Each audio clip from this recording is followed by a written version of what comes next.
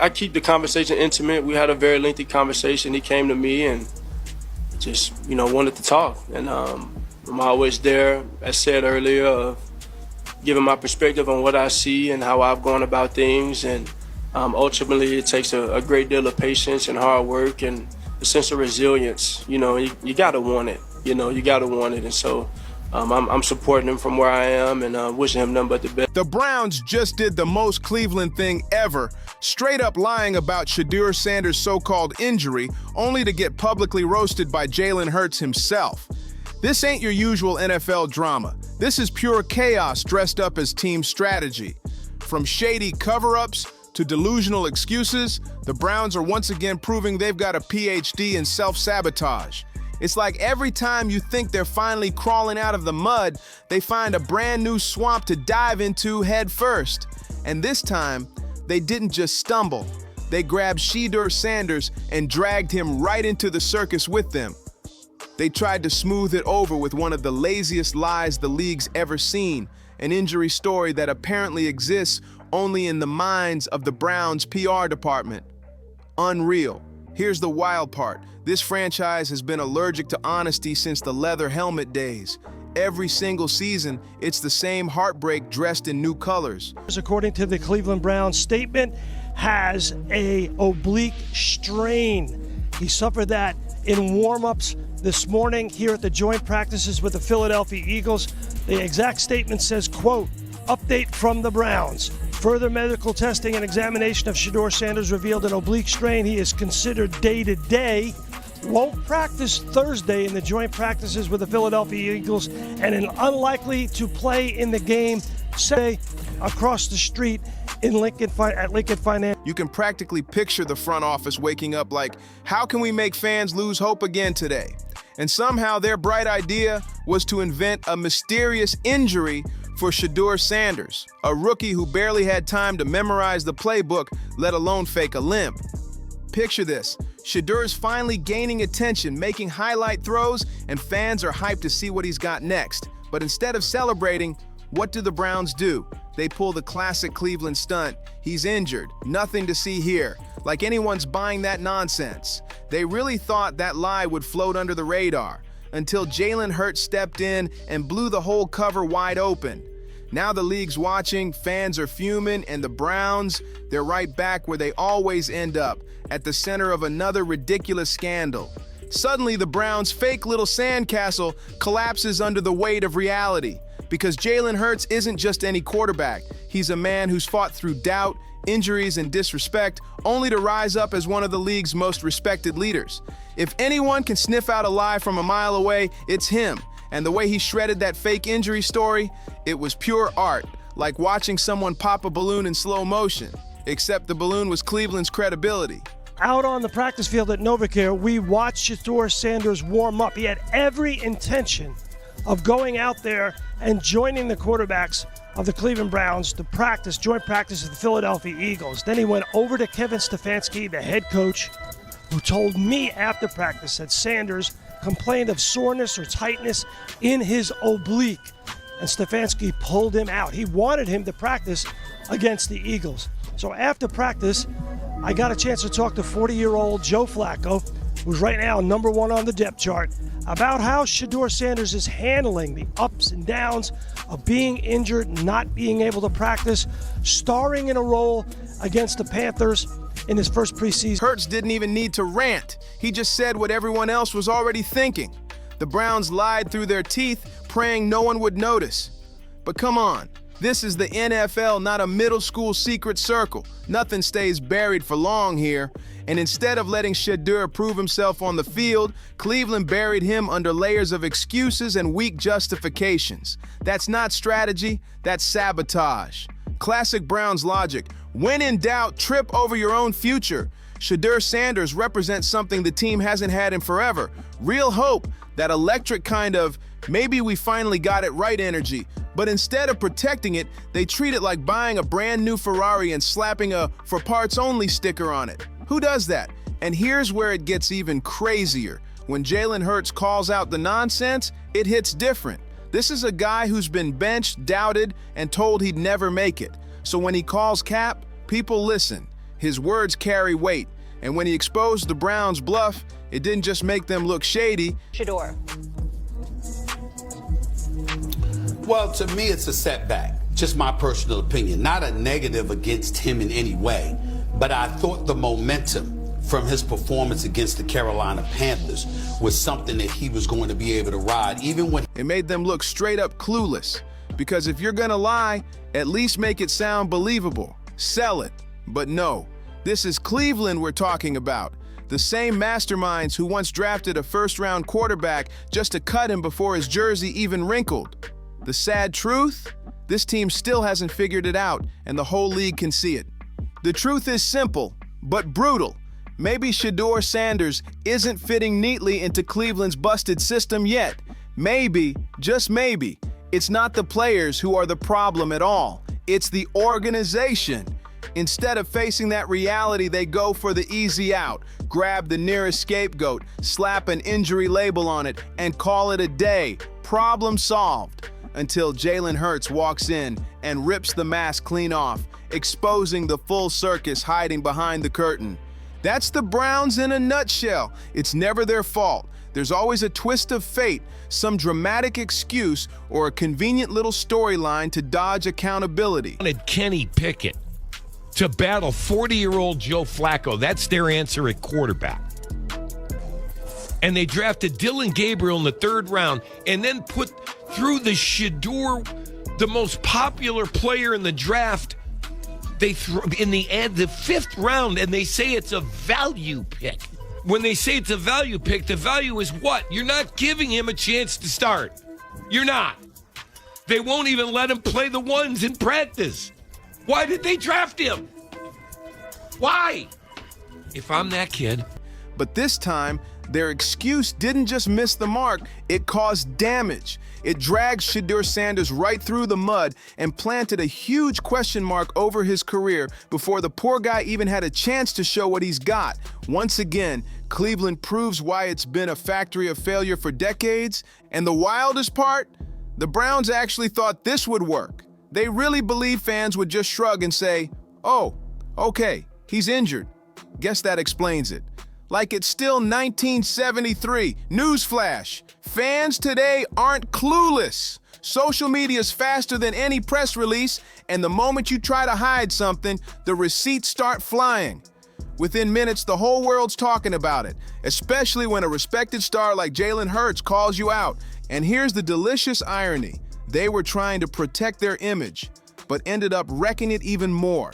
If they'd just been honest, admitted Shedeur wasn't starting for football reasons, anything real, they might have taken a few hits, sure. But instead, they turned a small issue into a full-blown scandal. That's Cleveland for you. Masters of turning mistakes into memes. Instead of keeping quiet, the Browns handed Jalen Hurts the perfect opportunity to roast them in front of the whole league, and he didn't waste a second. Now, Cleveland's the biggest punchline in the NFL again. But for Shedeur Sanders, each other when they took one guy in the 3rd round and the other in the 5th, and then brought a quarterback kerfuffle to camp and gave 3 guys a chance and 1 guy not a chance. So when the one guy that gave no serious chance to win this job went out there and outplayed everybody but the guy who started the job, it should be on record. That is the whole point. This exercise was, how do you roll these guys out? What chance do you give? 3 guys were given a chance. And before Dylan's hamstring injury, which gave Shedeur the opportunity, and not anything else, that gave him the opportunity to Wally Pip him, which hasn't happened. Before that, they were very seriously doing everything they could to prop Dylan up to see if he... this is actually huge. It means people outside of Cleveland are rooting for him. They see the talent, they see the unfair treatment, and they're watching closely to see how he bounces back. For the Browns, though, this is just another self-inflicted wound. Another chapter in their never-ending book of disasters, a book that's already thicker than a dictionary and filled with nothing but heartbreak and embarrassment. They tried to dodge accountability, but all they did was prove exactly why they are the league's running joke. The funny thing is, they still have a choice. They could own it, admit they messed up, come clean, and maybe salvage a shred of respect. But let's be honest, this is Cleveland. They'll double down. They'll act like they were right all along, twist the story again, and somehow dig the hole even deeper. Meanwhile, he steps on the field, people will whisper, is he really healthy? Or wasn't he supposed to be injured? That cloud of doubt follows him everywhere, all because his own team decided to invent a storyline out of thin air. But maybe, just maybe, this whole fiasco flips in his favor. Maybe Shedeur uses it as pure motivation. Maybe he steps onto that field and shows the world exactly why the Browns had to lie, because deep down they were scared of the truth. The kid's the real deal. At the end of the day, this isn't just about one fake injury, it's about culture, a franchise that can't stop tripping over itself, and a league where players aren't afraid to call out the BS anymore. The Browns tried to play chess, but Jalen Hurts flipped the entire board. Now the whole NFL's watching, popcorn in hand, waiting to see what kind of chaos Cleveland stirs up next. And if history's any clue, quarterback is 41 years old. Football is a savage sport. Ask MJ Emerson. The Cleveland Browns are one play away from talking about one of these two kids starting. And the scary thing is, instead of preparing them and getting them ready to play and getting them ready to be a guy that's going to back up a 41-year-old quarterback, you play games and have them thrown on a side field with support staff. This is the stuff that the Cleveland Browns drop the ball on every... They'll find a brand new way to embarrass themselves again. Because that's what they do. That's who they are. And until the Browns learn how to tell the truth and actually stand behind their players instead of setting them up to fail, that's all they'll ever be. Congratulations, Cleveland. You've managed to take a rising young star, a respected veteran in the entire football world, and turn what should have been nothing into a full-blown circus, all because lying felt easier than facing the truth. And honestly, if that doesn't sum up the Browns in one sentence, nothing ever will. Here's the cruel joke about Cleveland. They don't just ruin quarterbacks, they ruin reality itself. At this point, if the Browns said the sky was blue, you'd still walk outside to double check just in case. That's how deep the trust issues run. And when it comes to Shedeur Sanders, that paranoia goes into overdrive. This isn't some no-name backup you can quietly bench with a made-up injury story. This is Deion's son, a quarterback born under stadium lights, carrying a last name that demands attention. I thought he was a solid B prospect, crazy accurate, bad offensive line in college, no run game, and against good teams was always productive without a lot of mistakes. And yet he slid to the 5th round. And there's an argument, I don't know, 6th or 7th rounder undrafted, if not for Jimmy Haslam, the impulsive and meddling Cleveland owner. So how he is viewed by the NFL and the professionals there, who I respect and trust, and how he's viewed by everybody else, it's... Every move he makes gets magnified. Every throw, every tweet, every sideline glance, it's all headline material. The only thing injured here was Cleveland's ego, realizing Shedeur wasn't going to wave a magic wand and drag them to the Super Bowl in Week 1. Instead of owning up to that, they pulled their favorite stunt, duct taping a fake medical excuse over the whole disaster like a Band-Aid on a house fire, praying nobody notices the smoke. And then, boom, enter Jalen Hurts stage left, holding the world's biggest flashlight. He didn't just expose the lie, he lit it up so bright you could see it from space. Suddenly, the Browns are standing there like raccoons, caught rummaging through the trash, blinking in the spotlight, pretending they weren't the ones making the mess. It's comedy, it's tragedy, it's Cleveland football in a nutshell. And once again, Shedeur Sanders. The whole league's laughing while the Browns wonder how they became the punchline again. And the timing couldn't be worse. Right now, the NFL lives and breathes accountability. Every locker room's got cameras rolling, every fan's got a megaphone on social media, and every tiny lie becomes a viral meme before the press release even hits the timeline. The Browns didn't just lie, they lied in the dumbest possible era to lie. Maybe in the 90s you could sneak something like this past the headlines, but today, forget it. They basically raised their hands and said, "Hey world, roast us." And the NFL, the fans, and even Jalen Hurts happily delivered the flames. Think about the domino effect here. First, fans stop believing the injury reports. Then the analysts start dissecting every word from Cleveland's front office like it's a bad riddle from an escape room nobody asked to join. And then the whispers spread across the league, players telling each other, don't trust what the Browns say, they'll spin a lie before they ever own the truth. Once that kind of reputation sticks, it's impossible to wash off. And poor Shedeur Sanders, he's the one who gets caught in the middle. Every time his name comes up, someone's gonna mumble, yeah, but wasn't he injured? Really just can't make this stuff up. The Browns are just a disaster. Shedeur Sanders is now added to the injury report as another injured Cleveland Browns quarterback. He hurt his oblique in practice today, and he was held out for the remainder of practice. Now, this is not good. Shedeur Sanders looked really competent in his first start in preseason, and I was really excited to watch him play this next preseason game. But now we're not sure if he's going to play because of this injury. Dillon Gabriel. It doesn't even matter how many times the truth comes out. The stain remains. That's the real tragedy here. The Browns didn't just tell a lie, they hijacked Shedeur's story and tossed it straight into the shredder. The saddest part? Shedeur deserves way better. He deserves a franchise that stands behind him, not one that hides behind him like a human shield. He deserves coaches that build him up, not a front office that treats him like a scapegoat on standby.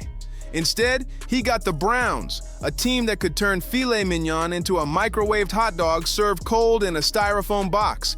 And the craziest twist? Jalen Hurts did more for Shedeur's reputation in a single comment than Cleveland has in months. Now picture that front office right now. Papers flying, PR team panicking, phones buzzing off the hook. They tried to control the story, but the story controlled them. And the whole NFL's watching the meltdown unfold in real time. You thought you could slip by with a lazy little injury excuse, huh? And now, boom, the whole world's laughing at you. It's like trying to sneak a candy bar out of a store and somehow ending up on the evening news for armed robbery. Way bigger consequences than you ever planned for. And here's the wildest part. Cleveland will still convince themselves they're the victims. They'll call it miscommunication or media exaggeration, spinning it like they always do. Because admitting they flat out lied. Today, Shedeur Sanders suffered an oblique injury and was held out the rest of the way. A lot of people were skeptical and wondering what was going on because we saw, as we're following practice tweets, that Dillon Gabriel was getting reps, Joe Flacco was getting reps, and then Tyler Huntley started getting reps and nothing for Shedeur Sanders. So people, jumping to the narrative of the Browns are against him, strategizing against him, this, that, and the other. No, he's just injured. Hopefully it's nothing serious because you don't want it to be anything serious because you want to see him and Dillon Gabriel both playing on Saturday against the Eagles to see what we have there between the two of them. I guess we'll find out soon. That would take accountability, and that's one skill this franchise has never mastered. The irony is so thick you could spread it on toast. The Browns wanted to protect themselves from criticism, and instead, they handed the entire world a brand new reason to clown on them. They wanted to control the narrative, and instead, they lost control of everything. They wanted to look confident and in charge, but now they look like the NFL's version of a sitcom disaster, stepping on a rake, tripping into a puddle, and getting whacked by a falling piano all in the same scene. You couldn't script this level of chaos if you tried. So where do we go from here? The Browns will keep stumbling, that's guaranteed. Shedeur Sanders will keep grinding, fighting to prove that he's the real deal, and Jalen Hurts, he walks away looking like the only adult in the room, because in this whole fiasco, Hurts didn't just expose a lie, he exposed the Browns for what they've always been, a franchise more committed to excuses than to excellence. And maybe, just maybe, this will finally wake people up. The Browns aren't cursed, they're not unlucky. They're not victims of fate. They're just terrible at telling the truth. They're bad at owning up to mistakes. They're bad at protecting their players. Until that changes, no amount of fake injuries or PR gymnastics is going to save them. But hey, at least they're consistent. So what do you think? Will Cleveland ever learn, or are they doomed to repeat the same circus forever? Don't forget to like, subscribe, share, and I'll see you on the next one.